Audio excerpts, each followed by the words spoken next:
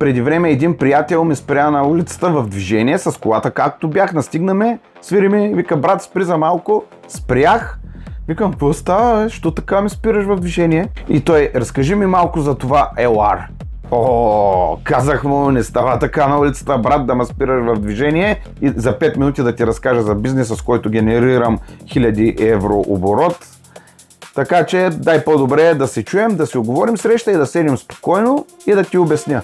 Но така и не се видяхме. Тогава той моят приятел работеше в фирма, в която изкарваше около 3000-3500 лева на месец и явно може би си е помислил, нямам нужда от втори доход, защо ми е, тук ми е достатъчно добре и нямам нужда от нищо друго и нека свободното ми време да го отделям да си правя неща, които ми кеф, което напълно го разбирам естествено. Аз обаче още тогава бях убеден, че човек не трябва да разчита само на една заплата. Затова развих LR и всеки месец си докарвах и докарвам допълнителен доход.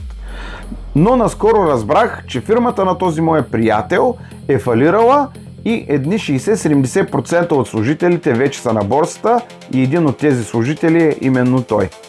И си казах, ако беше започнал с LR да изграждаш втори доход, още тогава, когато ме спря, днеска нямаше да разчиташ само на една борса. Затова аз продължавам да вярвам в LR. Не защото е лесно, а защото ми е доказала, че когато си постоянен и упорит, може да промени живота ти.